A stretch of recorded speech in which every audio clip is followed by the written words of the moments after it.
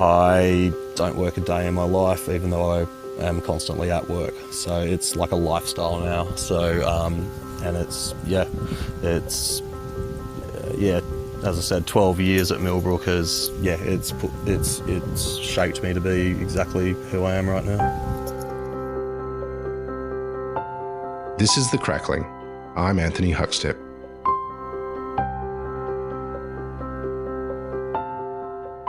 After building a career in some of Australia's best kitchens, Guy Jeffries began growing produce at home to sustain his own family. That deeper connection to produce led to a yearning to create that exact model in a commercial setting, growing produce, connecting with hyperlocal producers, and delivering the fruits of the land on a daily changing menu. Guy, you've got this amazing sort of paddock or garden to plate ethos. So where did that come from and where did it begin? So, well, I've been growing vegetables at home for a long time with my wife. We've got a couple of adults now. So for over 20 years we've always had a garden in our backyard, and I was working, back in the day, working at some of the best restaurants around in WA, and we were just getting these crappy vegetables, like beautiful produce of everything, except we couldn't get these amazing heirloom vegetables like I was growing in my backyard. So our backyard was feeding our family of 4, like we weren't buying anything, we were just eating seasonal veggies out of that. And I thought, I need to find a restaurant that has room for a big backyard vegetable patch, and I'm just going to do what I'm doing at home, but on a larger scale. So now, instead of growing 4 cauliflower, we grow 104. So, it's the same ethos as backyard gardening. It's just on a larger scale. We don't have any, the only equipment that we have apart from our hands and a pitchfork is we use like a rotary hoe that's the size of a lawnmower to turn the big long rows. And everything's picked by hand, everything's planted by hand, everything's grown from seed, and the majority of that is seed that we've saved from the previous year's crop. You also have a really deep connection with producers of the region. Do you have any stories of the connections that you have with farmers and the role they play with what you do? Yeah, so we went, that was probably the hardest part of the job, was finding like-minded small-scale producers with a similar ethos to what we have, where it's, like heritage breeds and because we do the heirloom vegetables, so heritage breeds of animals, and we buy everything in whole. So just like the vegetables come from, root to shoot, and we use the whole thing, we like to practice that ethos with our animals as well. So a lot of our producers are delivering the product themselves to us as well, to the back door. So that was probably the hardest part of the job, was to find those producers, and we've got it from all levels of, meat, cheese, all that sort of stuff, everything that's not fruit and vegetables, obviously. Do you have a story or connection that you have with a pig farmer from the region, and what's fostered from that relationship? Yeah, so to buy the best pigs, you got to buy a whole pig. I don't want to be one of those people that rings up and goes, I need 100 chops. You know what I mean? So so to start with, just to get that animal, to get the best product, we need to go with the whole animal. And over the years, I've been at Millbrook for a while now, so over the years we've only had 2 people that we've used for pork. So the one we're currently using is Linton, and he's in Beverley, about an hour and a half inland from Millbrook. And he's purebred Berkshire, amazing, tasty pigs, super consistent and delicious. And we don't do anything to, everyone goes, oh my God, this pork's so amazing, and it's, what have you done to it? It's like, oh, we put a bit of salt on it and cooked it. And then the other guy that we used for the for a long time as well was James down in Jindong, and he's got a bit of a motley crew. Just like all sorts of breeds over each other, but yeah, we were using him for quite a while as well, and Once again, sensational pork, don't have to do anything to it except treat it with respect. How do you utilise the whole beast? Can you take us through the program there and how you get use out of every sort of element of the whole pig? Yeah, so with our menu is very vague. It's sort of this morning's vegetables with today's cut of pork, and then it's just is what it is. And then the floor staff will tell the customer today's cut of pork is. So yeah, and we treat each cut differently. So like we might roast a leg, or we'll braise the shoulder, and we'll serve a little bit of that of each of those on the plate. We might do a pork chop, but then like the weekends are obviously a busier service than on a weekday, so we'll more than likely like turn the midsection into a porchetta, so that it's like a nice roast, and then pull it out at 12 o'clock, let it rest, and when the first main's coming through, it's just slice and put it on the plate with something that we've picked from the garden. And then we also do a thing called No Waste Monday, which is like a little thing we do where it's sort of whatever's left from our busy week service on Sunday. All the chefs will get together and we'll go through, okay, I've got this left on each section, and then we'll make a menu up for each table to utilise everything that's left. So when we go on our days off on Tuesday, Wednesday, there's nothing left in the cool room, and then we come back on Thursday and start again. Well, what sort of dishes are created with this sort of No Waste Monday sort of project that you have? Well, it changes all the time. It's good for the chefs to trial things out, or like try something. We had some leftover bread and some buttermilk. I'm just talking about this week just gone. So we made a bread amasu. Used the buttermilk instead of mascarpone, and we used the bread instead of making this like the fingers. Just had to play with it. It was great. It's not going to make the menu, but everyone enjoyed it on the day. And yeah, so essentially you get like 3 sort of starters, and then there'll be a seafood or a like pasta or risotto or something dish, and then there'll be a main course meat dish with sides, and it's just all shared in the middle of the table. So yeah, it's a winner for everyone. It's $50, and it's good for the bottom line. It's good for the customer. It's good for the chefs and the floor staff. We get quite a bit of hospo coming in on that day. We chose that Monday, obviously, because most restaurants are shut. And it seems to be going all right. There's about a 3-month wait list to get in on a Monday in the middle of Jarrahdale, so we're pretty proud of our Mondays. It's extraordinary. Well, where did the interest in food begin for you? What was it like in your family as a kid? Yeah, I grew up on a farm in Yamundi when I was like young, up until about 7, I think. So we had chickens and cows and veggies and stuff like that. And I suppose I don't really remember much of it, but when I got into cooking, started my apprenticeship and that, it sort of came back on me. And now that I'm running places, it's come back, and I think that it was like it was like the garden, like a seed was planted when I was a little kid, and it sort of just came back and all happened again. Take us back to those first few years when you were doing your apprenticeship. Do you have any stories of that time and sort of the road that you travelled to become a chef? Yeah, I was 15 when I started my apprenticeship. I was doing okay at school. I was getting B's or whatever, and I wasn't bad at school, but I was a surfer, and I used to surf before school, after school, and all day on weekends.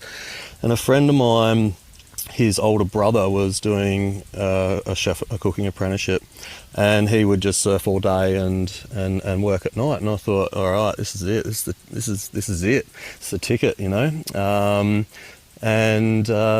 my sponsor at the time knew a head chef in Noosa on Hastings Street, and I was like, bam, I'm in the water, and then I'm at work. This is going to work out amazing. So I was 15 years old. I finished year 10 on Friday, moved out of home Saturday, started my apprenticeship on Monday. And I soon realised that there wasn't much time for surfing. So where I was working was a busy little sort of bistro style 7-day lunch dinner. and split shifts were like a sit down and eat something in the arvo. So yeah, I still kept getting the boards off my sponsor and just selling them so I could make ends meet, on an apprentice wage back then. But I fell in love with food and the team and the people and the energy around me. So it was fine. I just immersed myself into that world from then on.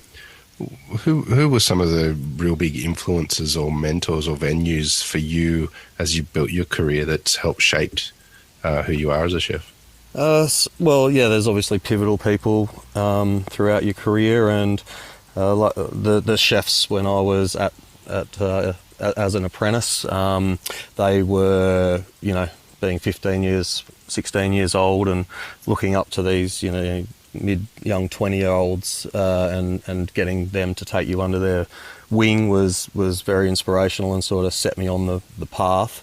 And then moving through, as I was going through sous chef positions, trying to find a style and something for when I was a head chef of doing. So I worked at Lewin Estate with Scott Spicer, at Star Anise with David Coomer, and Duende with Justin Peters, and at Duende at DeVito with Jason Yunovich. So they were the guys that were in charge of the kitchens, and they're pretty much all, most of them were owner operated, and so yeah, just working with them through my career just put me onto finding what I wanted to do. And I had a click in my head, as I said before, about just growing some veggies, and that would be my shtick. And so yeah, that's what I do now. Well, all those people that you mentioned have had amazing influence and very different styles. Did you take different lessons from experiences with them? Yeah, and I sought out those jobs as well. I wanted to experience all different things. So, I wanted to experience Lewin. I wanted to experience the winery. Star Anise, I wanted to see what fine dining was. I wanted to do tapas at Duende. I wanted to do Italian at DeVito. And then coming out of that, I thought, I had a young family through all this, all those years. And I thought, well, wineries are good because they've got nights off, except we do a heap of weddings, and it's got the land for the veggies. So yeah, that's where I sort of put my focus, and it took me a couple of years to find Millbrook.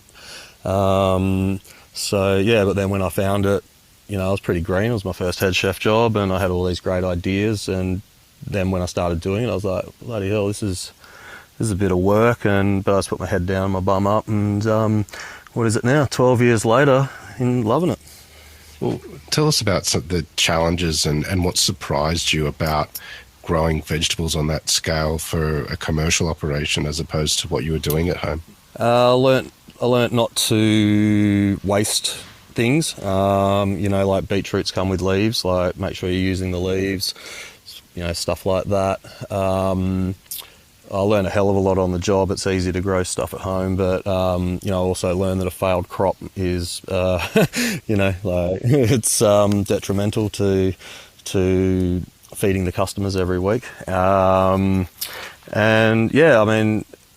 just started. We just started growing weird and wonderful things and trialing things. Some things work, some things don't, and just learning to work, with Mother Nature, because she's the boss, and because we don't use whatever like polytunnels or hydro or any of that sort of stuff. It's all open, pollinated out in the real world, in the real season.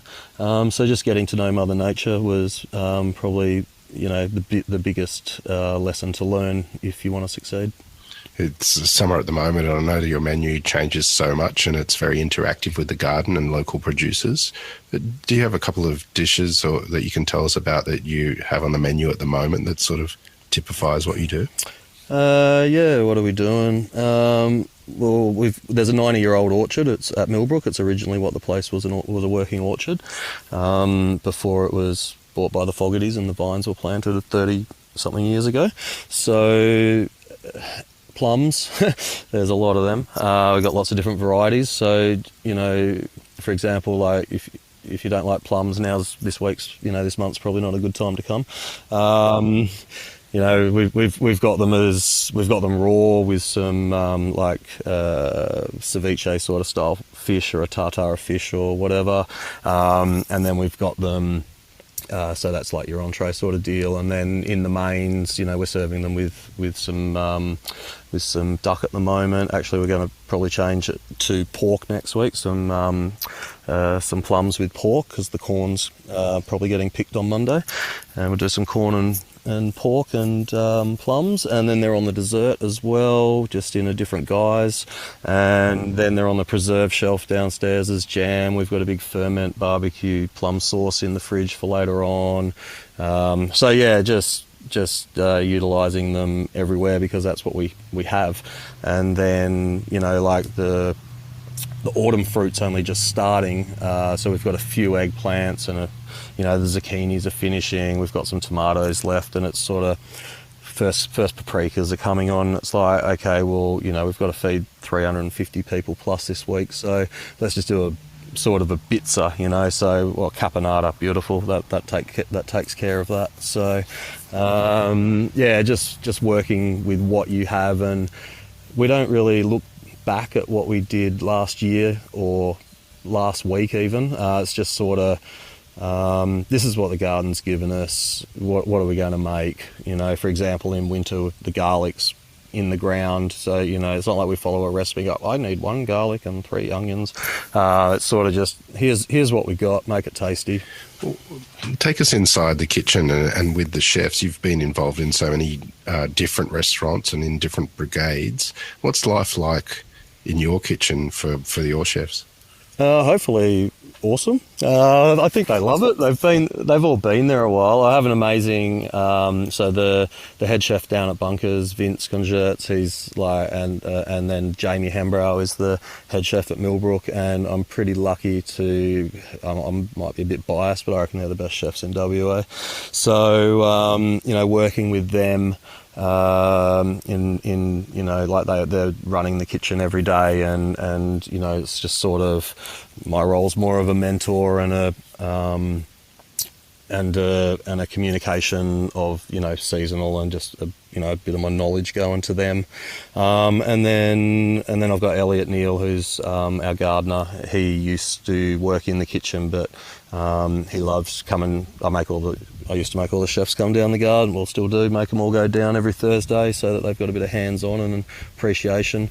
But he loved it, and so as we got busier and I stepped into this new role of overseeing a couple of restaurants, then took Elliot out of the kitchen, and he's now the full-time gardener. So working with those 3 guys and the restaurant manager and the venue managers, and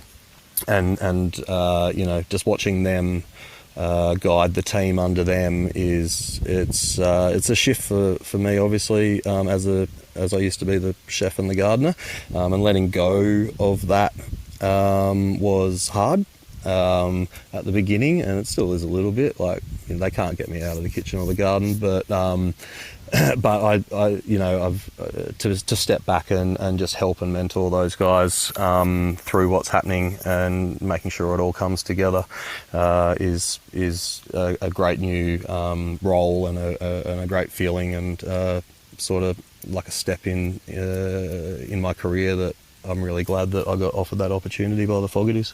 This connection that you've created from garden to plate, and this incredible sort of offering that you have now, has that changed you? Yeah, definitely. Just seeing the seasons, and having an educated guess at what's about to happen if everything goes to plan, and just an understanding. It's not just for the vegetables, but for everything in the kitchen as well. Like getting whole pigs in, and whole fish and all that sort of stuff, and treating that with the respect that we treat the vegetables with, has changed me as a chef, and then as a person, it's completely changed me. Like, I live on the property at Millbrook, and I don't work a day in my life, even though I am constantly at work. So it's like a lifestyle now. So and as I said, 12 years at Millbrook it's shaped me to be exactly who I am right now. You mentioned the importance of respecting, say, a whole pig when it comes in and utilising as many parts as possible. Can you pick a cut or two and take us through sort of how you treat it and cook it? Yeah, so I mean, Crackling is, it's a good name for a podcast. So it's my favourite cut as well. So yeah, just like when we get the pigs in there, they're at least 10 days on the hook before we, drying out the skin so that we can achieve that perfect crackle every time.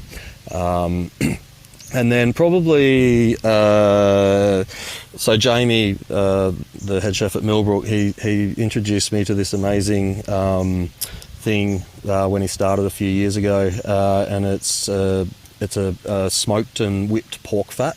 So essentially it's like a Chianti butter, but you just get the fat, smoke it and render it, and then chill it and then whip it, and it turns into just like this meringue, I suppose. And you just put a spoonful of that into anything that's not vegan or veggie, and it just lifts it right up. And then we're going to do, COVID hit the PorkStar Perth event, but we even trialled as when we were coming up with the menu for that with Mel and Evan. Jamie and trialled turning it into, because I said it's like a meringue, right? It looks like a meringue. So we put a bit of sugar syrup in, as it was, we didn't smoke it, just rendered it, put a bit of sugar syrup in, gave it some flavour, and then it piped like a meringue and tasted like the sugar syrup with the flavours that you put in there.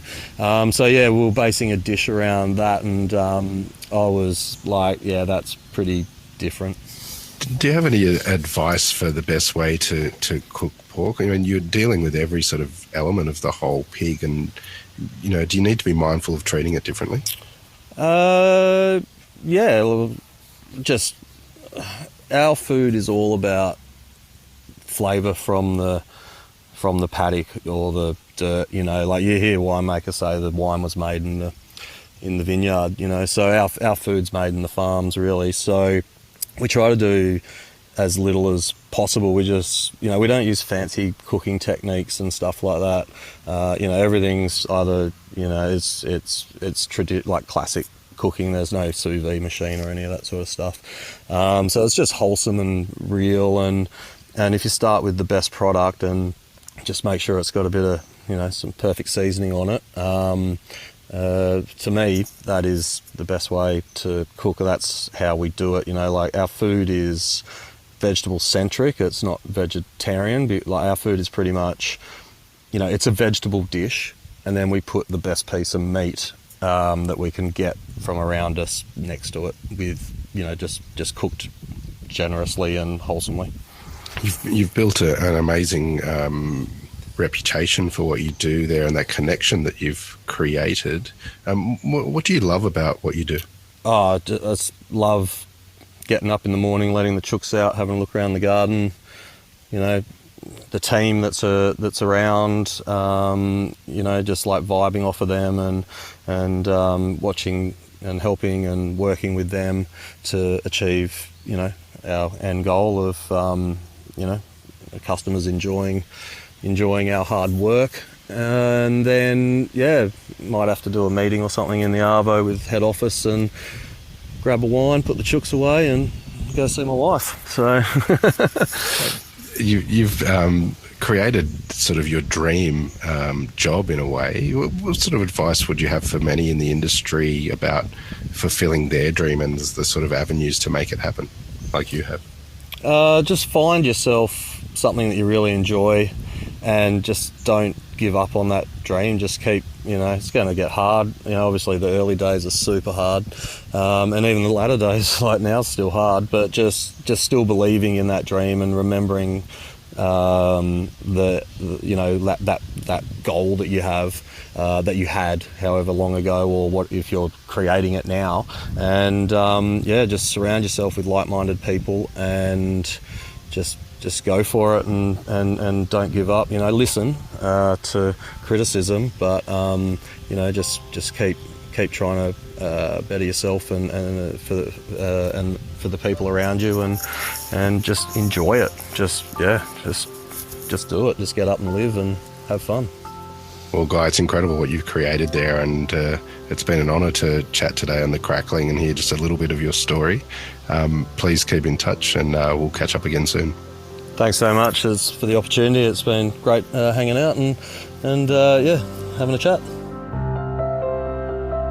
This is The Crackling, a Deep in the Weeds production in partnership with PorkStar. I'm Anthony Huckstep.